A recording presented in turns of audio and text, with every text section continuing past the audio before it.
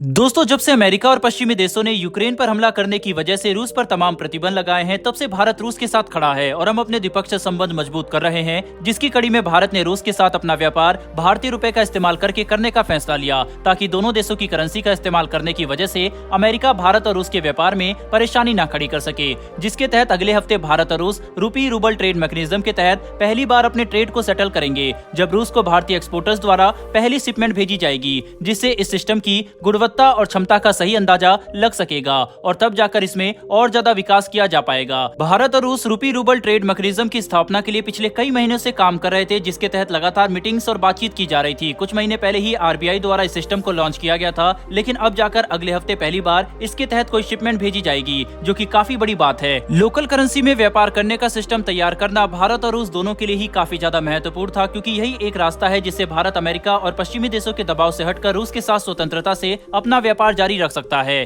क्योंकि अब हमें व्यापार करने के लिए अमेरिकी डॉलर की जरूरत नहीं पड़ेगी। वहीं पर इस नए सिस्टम के तहत भारत से जाने वाली किसी भी शिपमेंट की पेमेंट रूस भारत को अपनी करेंसी यानी कि रूबल में करेगा, और जब भारत रूस से कोई भी शिपमेंट मंगवाएगा या फिर हम रूस से तेल खरीदेंगे, तब हम उसकी पेमेंट भारतीय रुपए से कर सकते हैं, जो कि दोनों ही देशों के लिए काफी ज्यादा सुविधाजनक होगा। हाल ही में भारत ने अपनी ऊर्जा जरूरतों को पूरा करने के लिए पश्चिमी देशों के दबाव और सभी बातों को नजरअंदाज करके रूस से लगातार तेल खरीदना जारी रखा, जिसके तहत हम प्रतिदिन रूस से लगभग 1 मिलियन बैरल तेल खरीद रहे हैं। ऐसे में रूस से जाने वाले इन सभी ऑयल टैंकर की पेमेंट अमेरिकी डॉलर में करना भारत के लिए संभव नहीं है, जहां पर रूपी रूबल ट्रेड मैकेनिज्म भारत के लिए काफी फायदेमंद साबित होगा। साथ ही भविष्य में हम रूस के साथ अपने द्विपक्षीय संबंध का विस्तार करेंगे और दोनों देशों का व्यापार 50 अरब डॉलर तक पहुंच जाएगा। अब इस इकोनॉमी के स्थिर रखने में रूपी रूबल ट्रेड मैकेनिज्म बेहद ही महत्वपूर्ण भूमिका निभाने वाला है। दोस्तों, इसके अलावा जहाँ एक तरफ भारत रूस को रूपी ट्रेड सेटलमेंट के तहत पहली शिपमेंट भेजने वाला है, वहीं पर रूसी विदेश मंत्री सर्जेय लेवरेव ने भारत पर एक काफी महत्वपूर्ण और बड़ा बयान दिया है, जिसने रूस के द्वारा भारत को दिए जाने वाले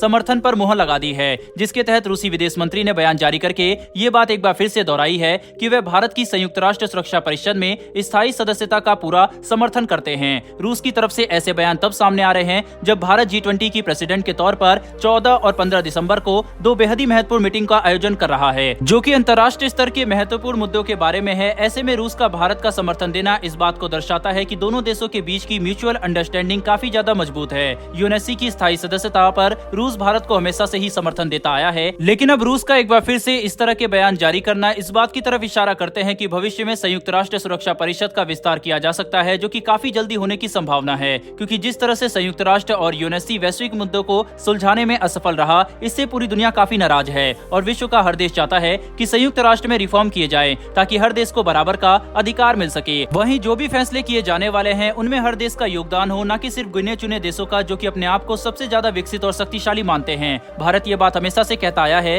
कि न कि सिर्फ हमें संयुक्त राष्ट्र की सुरक्षा परिषद का विस्तार करना होगा, बल्कि संयुक्त राष्ट्र को भी काफी बड़े बदलाव की जरूरत है, ताकि इस संगठन की क्षमता और इफेक्टिवनेस को बरकरार रखा जा सके। वरना वह समय दूर नहीं जब दुनिया को हर देश संयुक्त राष्ट्र को छोड़कर दूसरे रीजनल संगठन को ज्यादा महत्व देगा और संयुक्त राष्ट्र का अस्तित्व भी खतरे में आ जाएगा, क्योंकि कोई भी देश एक ऐसे संगठन का हिस्सा नहीं बनना चाहेगा जिनमें उन्हें बराबर के अधिकार और प्रतिनिधित्व न दिया जाए। सिर्फ भारत ही नहीं, बल्कि रूस भी भारत की बात से 100% सहमत है, जिसके तहत रूसी विदेश मंत्री ने अपने बयान में ये बात भी साफ तौर पर कही थी कि भारत मल्टीपोलर वर्ल्ड में एक बेहद ही महत्वपूर्ण पोल होने वाला है, जो कि पूरी दुनिया के देशों का प्रतिनिधित्व करने की क्षमता रखता है, जिससे अंतर्राष्ट्रीय स्तर पर शांति और संप्रभुता की सुरक्षा की जा सकती है। तो दोस्तों, जिस तरह से भारत और रूस के संबंध लगातार मजबूत होते जा रहे हैं, साथ ही भारत संयुक्त राष्ट्र सुरक्षा परिषद पर लगातार विश्व के कई देशों से समर्थन हासिल कर रहा है, क्या आपको लगता है कि आने वाले 2 से 3 सालों में आखिरकार संयुक्त राष्ट्र सुरक्षा परिषद का विस्तार हो जाएगा और भारत को स्थायी सदस्यता हासिल हो जाएगी या फिर नहीं? इस पर आपकी क्या राय है, कमेंट बॉक्स में लिखकर जरूर बताइएगा। साथ ही अगर आपको यह इन्फॉर्मेशन और वीडियो पसंद आई हो तो वीडियो को लाइक करके हमारी आने वाली